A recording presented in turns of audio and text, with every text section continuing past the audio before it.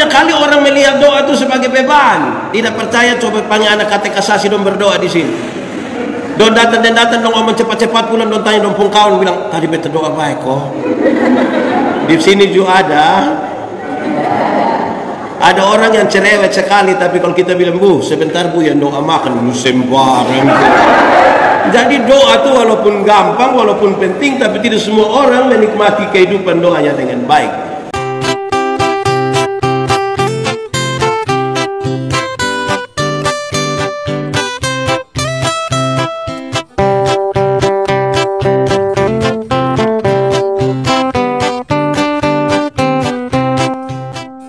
Saudara-saudara, mari kita berdoa. Ya Tuhan Allah, kami mohon kepadamu, kuatkanlah dan teguhkanlah iman kami, supaya waktu di mana kami belajar di sekitar firman Tuhan, sungguh-sungguh kami dimampukan oleh Roh Kudus-Mu, supaya kami memahami kehendak-Mu dan kami pakai itu dalam hidup kami tiap-tiap hari. Jauhkanlah semua penggoda pencobaan, biar dalam damai sejahtera-Mu kami belajar firman Tuhan. Kami rindu pada firman-Mu. Berfirmanlah bagi kami Tuhan. Dalam nama Yesus firman yang hidup itu kami berdoa. Amin. Bapak Ibu saudara-saudara, shalom. Pembacaannya terambil dari Injil Matius pasal 6 ayat 5 sampai ayat yang ke-13. Injil Matius pasal 6 ayat 5 sampai ayat yang ke-13, firman Tuhan berkata demikian, hal berdoa. Dan apabila kamu berdoa, janganlah berdoa seperti orang munafik. Mereka suka mengucapkan doanya dengan berdiri dalam rumah-rumah ibadat dan pada tikungan-tikungan jalan raya supaya mereka dilihat orang. Aku berkata kepadamu, sesungguhnya mereka sudah mendapat upahnya. Tetapi jika engkau berdoa, masuklah ke dalam kamarmu, tutuplah pintu dan berdoalah kepada Bapamu yang ada di tempat tersembunyi. Maka Bapamu yang melihat yang tersembunyi akan membalasnya kepadamu. Lagi pula dalam doamu itu janganlah kamu bertele-tele seperti kebiasaan orang yang tidak mengenal Allah. Mereka menyangka bahwa karena banyaknya kata-kata doanya akan dikabulkan. Jadi janganlah kamu seperti mereka, karena Bapamu mengetahui apa yang kamu perlukan sebelum kamu minta kepadanya. Karena itu berdoalah demikian sama-sama. Bapa kami yang di sorga, dikuduskanlah namamu, datanglah kerajaanmu, jadilah kehendak-Mu di bumi seperti di sorga. Berikanlah kami pada hari ini makanan kami yang secukupnya, dan ampunilah kami akan kesalahan kami, seperti kami juga mengampuni orang yang bersalah kepada kami. Dan janganlah membawa kami ke dalam pencobaan, tetapi lepaskanlah kami daripada yang jahat. Karena Engkau yang punya kerajaan dan kuasa dan kemuliaan sampai selama-lamanya. Amin. Demikian firman Tuhan. Berbahagia setiap orang yang mendengar firman, memelihara dan melakukan dalam hidup setiap hari. Shalom. Sekali lagi shalom. Walaupun ini bagian yang terakhir dari khotbah tentang doa Bapa kami, tetapi saya mau ingatkan kita kembali, terutama mereka yang mengikuti melalui Facebook. Tetapi juga kalau jemaat yang di sini mendengar ulang juga saya kira tidak apa-apalah. Saya mulai waktu itu dengan mengatakan doa itu susah kok gampang. Boleh jawab? Doa susah kok gampang? Gampang kok susah? Susah kok gampang? Doa itu penting kok tidak penting? Berarti doa itu gampang dan penting. Lalu apakah saudara menikmati kehidupan doa tiap hari? Menikmati. Tapi banyak kali orang melihat doa itu sebagai beban. Tidak percaya, coba panggil anak kata kasasi dong berdoa di sini. Don datang dong ngomong cepat-cepat pulang, don tanya dong pun kawan bilang tadi beta doa baik kok. Di sini juga ada orang yang cerewet sekali, tapi kalau kita bilang bu sebentar bu yang doa makan lu sembarang. Jadi doa itu walaupun gampang, walaupun penting, tapi tidak semua orang menikmati kehidupan doanya dengan baik. Karena itu Yesus tahu dan Yesus sampaikan, untuk berdoa kita butuh persiapan awal yang menarik. Ada 3 hal. Saya sudah bicara panjang lebar, karena itu secara cepat saja saya bicara ini. Hal pertama, kalau berdoa jangan berdoa seperti orang munafik. Tahu munafik? Coba angkat tangan yang munafik. Oh, di sini tidak ada. Munafik itu di muka omong lain, di belakang ada kebiasaan di mana orang suka mengelar tikar di pinggir-pinggir jalan dan berdoa sekuat-kuatnya supaya dilihat orang. Yesus bilang, kamu telah mendapat upahmu. Kalau engkau berdoa, masuklah ke dalam kamarmu, tutup pintu dan berdoalah pada Bapamu yang tempat tersembunyi. Kenapa Yesus suruh masuk kamar? Karena rumah orang Yahudi itu hanya terdiri dari satu kamar tidur. Dari kalau Yesus suruh masuk kamar, maka sesungguhnya doa itu privat, pribadi sekali. Doa syafaat itu boleh ada. Doa syafaat itu doa untuk bangsa, negara, janda, duda, balu, yatim piatu. Tapi doa syafaat hanya boleh didoakan oleh orang-orang yang hubungan pribadinya dengan Tuhan di dalam kamar tidurnya sudah beres. Kalau itu tidak ada dan kita mau tampil doa kasih orang, itu yang disebut nama munafik. Kedua, Yesus bilang kalau engkau berdoa jangan bertele-tele. Jangan terlalu terputar-terputar, jangan terlalu bikin-bikin. Kenapa? Karena hubungan dengan Tuhan lebih penting dari kata-kata. Banyak sekali kita memperhatikan kata-kata, lupa membangun hubungan. Kalau saudara berdoa jangan terlalu bikin-bikin. Saya pakai contoh itu hari. Kalau saya kenal dengan Mence, saya jalan kaki, waktu naik motor ketemu saya di jalan tanpa saya minta, waktu berhenti. Pendeta mau pergi mana? Naik, karena kami punya hubungan. Tapi kalau kami dua tidak saling kenal, kami tidak ada hubungan. Saya jalan kaki, bab tua naik oto, ketemu saya di jalan, bab tua berhenti, bab tua bilang, ojek om. Jadi hubungan lebih penting dari kata-kata. Toh? Saya kenal sepu istri, kok tidak? Karena kenal itu, maka kalau saya mau minta teh di sepu istri, bahasanya ringan. Ma, bikin teh dong, ma. Gelas kecil, saya jangan terlalu banyak gula. Saya takut sakit gula. Karena hanya ngomong begitu. Tidak mungkin saya dibilang di sepu istri mau minta teh, saya bilang, mama, buatlah segelas teh. Jangan terlalu banyak gula ya. Papa takut sakit gula. Pas habis mam tua tanya, lu sehat? Jadi hubungan lebih penting dari kata-kata. Yang ketiga, Tuhan Yesus bilang begini, kalau kamu berdoa, taruh duluan dalam pikiran dan perasaanmu bahwa Tuhan tahu, bukan Tuhan tidak. Tuhan tahu kok tidak? Lalu kenapa berdoa sama ke Tuhan tidak tahu?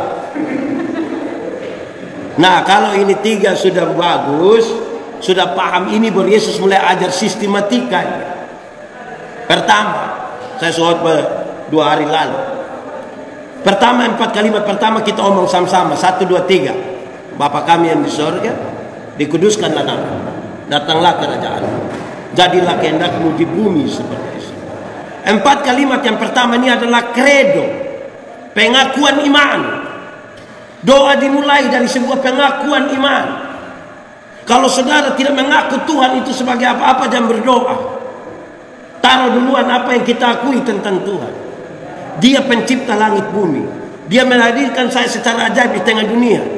Dia berkorban bagi saya. Dia menyiapkan sorga bagi saya.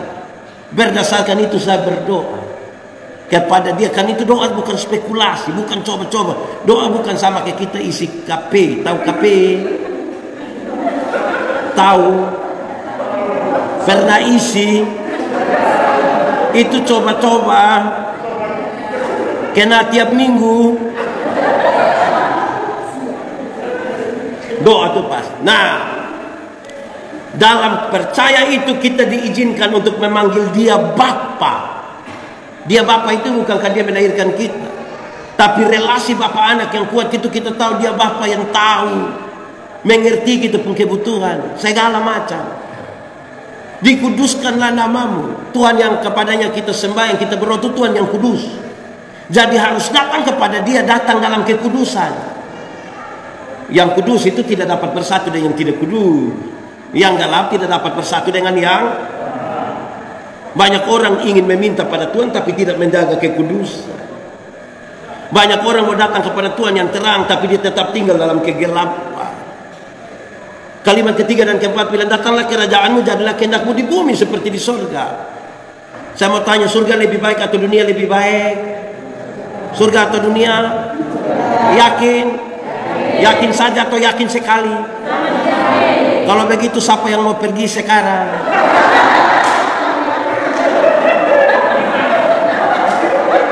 Yakin bilang surga baik, tapi suruh pi tidak mau. Ini yang betul.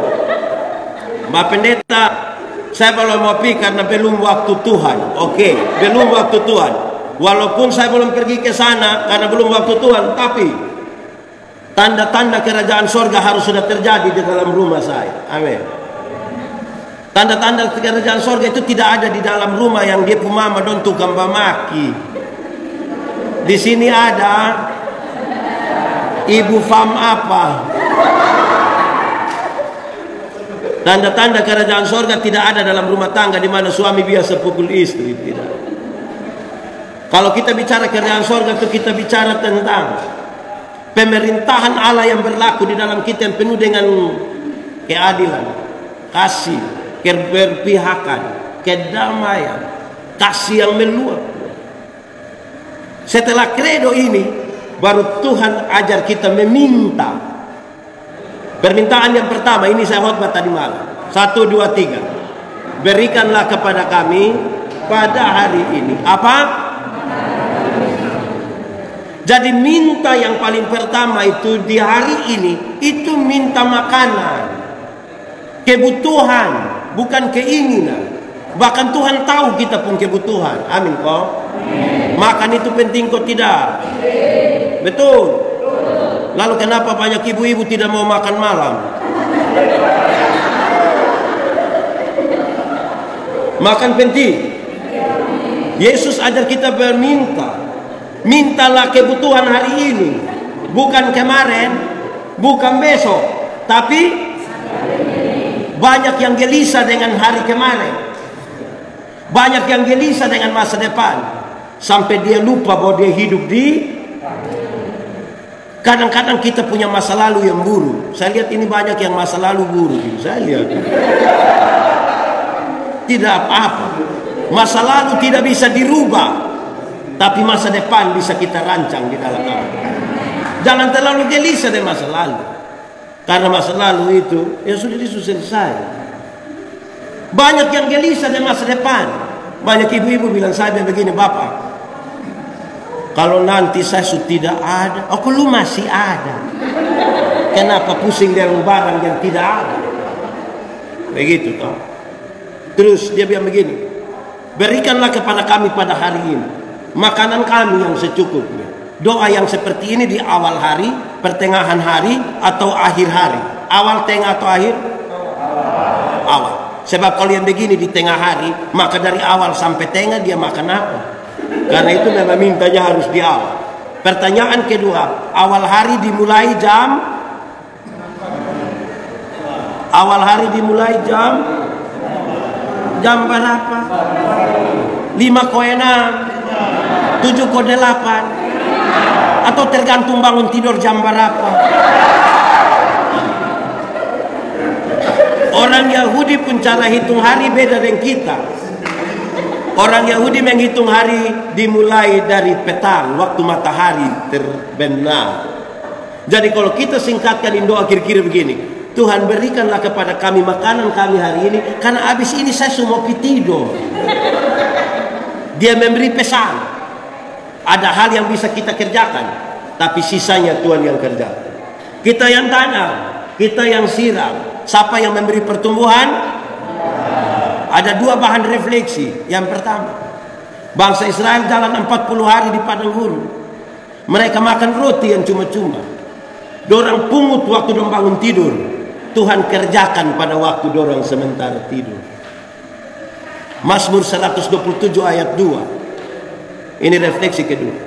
Sia-sialah kamu yang bangun pagi-pagi dan duduk-duduk sampai jauh malam, dan makan roti yang kami peroleh dengan susah payah. Kenapa? Karena Tuhan memberikan kepada yang dicintainya pada waktu tidur. Pada waktu tidur. Jadi ingat, tolong kau tidur. Memang buka kios 24 jam juga baik, tapi tolong kau ingat, berkat Tuhan yang menjadikan kita kaya. Usahamu tidak menambah apa-apa, kata Firman. Amin. Oke. Sekarang saya pindah di bagian yang kedua. lanjutan dari yang ini yang saya omong, ini saya omong 3-4 hari yang lalu.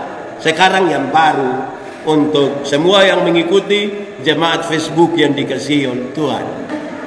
Permintaan yang kedua, mari kita sama-sama ucapkan 1, 2, 3. Dan ampunilah kami akan kesalahan kami, seperti kami mengampuni. Waktu Tuhan ajar kita minta kebutuhan hari ini, yang kedua dia ajar lagi. Dia bilang begini, minta pengampunan di hari kemarin.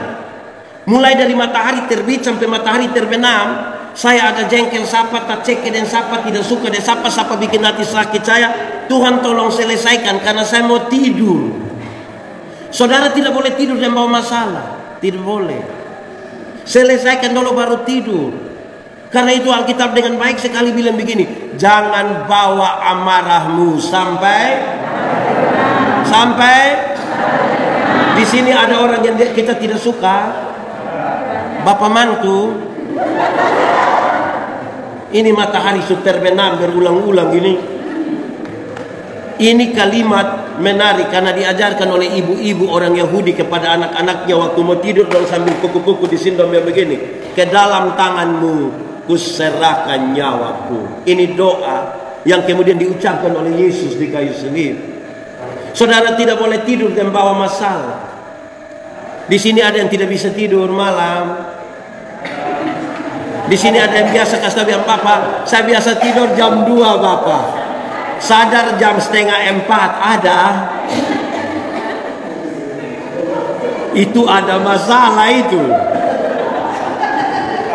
Saudara, jangan bawa. Berabad-abad lamanya ibu-ibu orang Yahudi bilang, ke dalam tanganmu kuserahkan nyawa, ke dalam tanganmu kuserahkan nyawaku. Karena jangan sampai matahari terbit kita setidak. Karena itu selesaikan dulu baru mati. Jangan mati bawa masalah. Jadi kita ini kadang-kadang ada lihat orang mati, kita datang kita bilang begini, aduh bab tua mati pu enak. Enak apa? Ada baklai deh, istri, suami, anak, bab mantu, mamantu berbilang mati enak. Selesaikan dulu. Baru.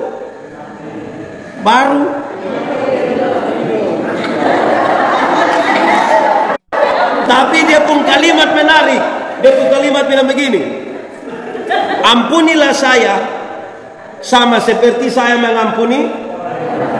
Pakai kalimat yang lebih ringan, dia bilang begini, ampunilah saya seimbang dengan saya mengampuni dia. Jadi kalau saya ampuni dia 2 kali, saya mendapat hak diampuni berapa kali? Jadi kalau saya tidak ampuni dia, saya akan berdoa, Tuhan tolong jangan ampuni saya. Diampuni mau? Mengampuni mau?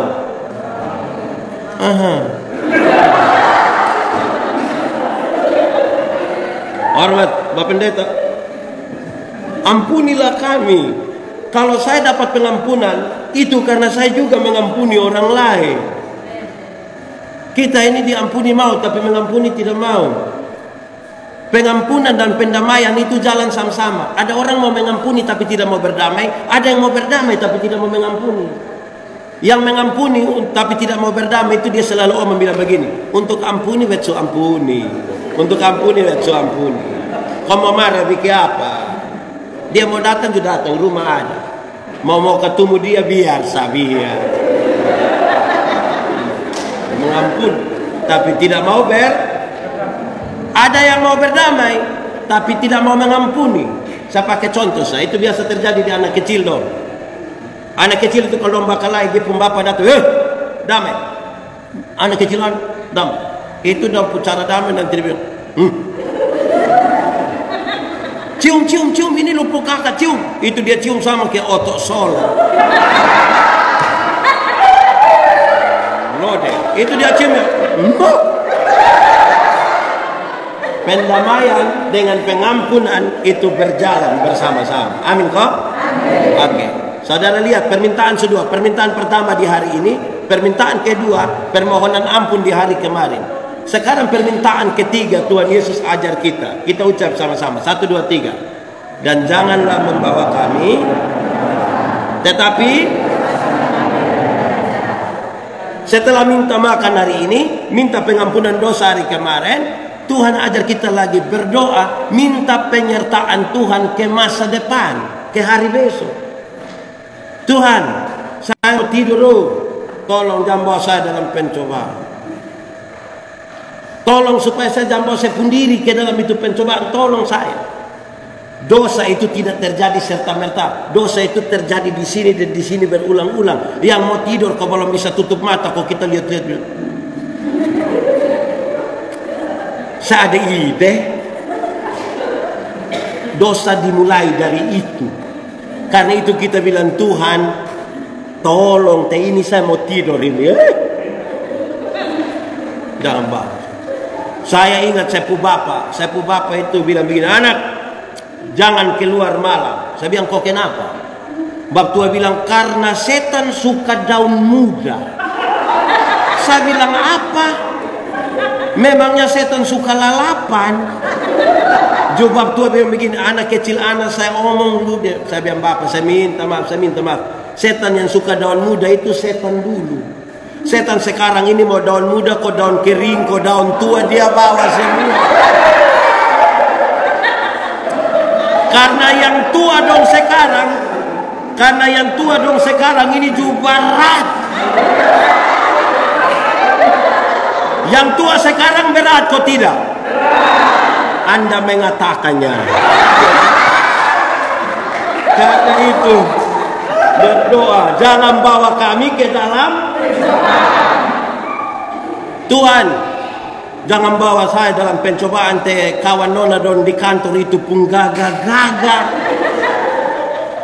Bukan kemam tua di rumah, kok kita pulang di rambut dong berdiri begini. Tuhan, jangan bawa kami ke dalam pencobaan, karena roh memang penurut, tapi coba angkat tangan yang dia pun daging semulai lemah. Ya, kira-kira begitu. Setelah 3 hal itu, saudara, Yesus ajar untuk mengakhiri doa ini. Sama-sama kita ucapkan. Karena Engkau yang punya kerajaan dan kuasa dan kemuliaan sampai selama-lamanya. Amin. 4 kalimat yang terakhir itu sepintas seperti sebuah kredo, pengakuan iman. Tapi sesungguhnya ini sebuah ungkapan syukur. Engkau yang saya sapa Bapa itu telah memberi makan buat saya hari ini, telah mengampuni saya di hari kemarin, dan berjanji menyertai saya pada perjalanan masa depan. Karena itu saya mengucap syukur kepada Tuhan. Doa yang Tuhan Yesus ajar dimulai dari pengakuan iman, diakhiri dengan ungkapan syukur. Hampir-hampir saudara lihat kredo, pengakuan, permintaan kebutuhan hari ini, pengampunan dosa hari kemarin, janji penyertaan ke masa depan, syukur. Tidak ada ruang untuk mengeluh. Ada masalah, tapi tidak ada ruang untuk mengeluh. Karena kita tahu yang kita sapa sebagai Bapa itu, Dia telah menjamin kita pun kehidupan. Amin kok. Pulang nak tidur usahakan bangun jam 9 supaya datang gereja habis. Dan saudara-saudara, Tuhan Yesus luar biasa ajar kita berdoa. Saya berharap kita semua yang ada di sini maupun semua jemaat yang mengikuti siaran ini di Facebook, Tuhan kita yang dahsyat itu telah mengajar sesuatu yang baik bagi kita. Kita ikut tapi 3 persiapan awal itu tolong tidak boleh munafik. Di sini ada yang munafik, cok tunjuk. Jangan begitu. Kita atur itu persiapan bagus, berbahasa kepada Tuhan dengan seadanya, karena kita punya relasi yang kuat. Sekaligus juga tambah lagi satu, yaitu kita taruh bahwa Tuhan sudah tahu, baru kita ambil dia dalam 5 hal ini. Betapa luar biasa. Kita sudah kerja hari ini, kita berdoa Tuhan memberkati kita, tapi kita percaya bahwa selalu ada berkat Tuhan, selalu baru tiap-tiap hari dalam hidup kita. Amin kok. Saudara punya masalah kok, tidak usah omong. Saya lihat yang ini muka masalah semua. Karena itu ya kepada Tuhan lah kita meminta, toh Tuhan memberkati kita. Amin. Mari kita berdoa. Tuhan Allah kami, Bapa pengasih dan penyayang, terima kasih untuk kesempatan kami belajar firman bersama. Kami selesai gladi hari ini, kami pulang, Tuhan menyertai kami istirahat dengan baik. Besok kami menjalankan semuanya dengan sukacita karena Tuhan. Terima kasih banyak untuk kerja hari ini, Tuhan memberkati semuanya. Yang tidak berkenan, Engkau mengampuni kami. Terpujilah namamu, di dalam nama Yesus kami berdoa. Amin.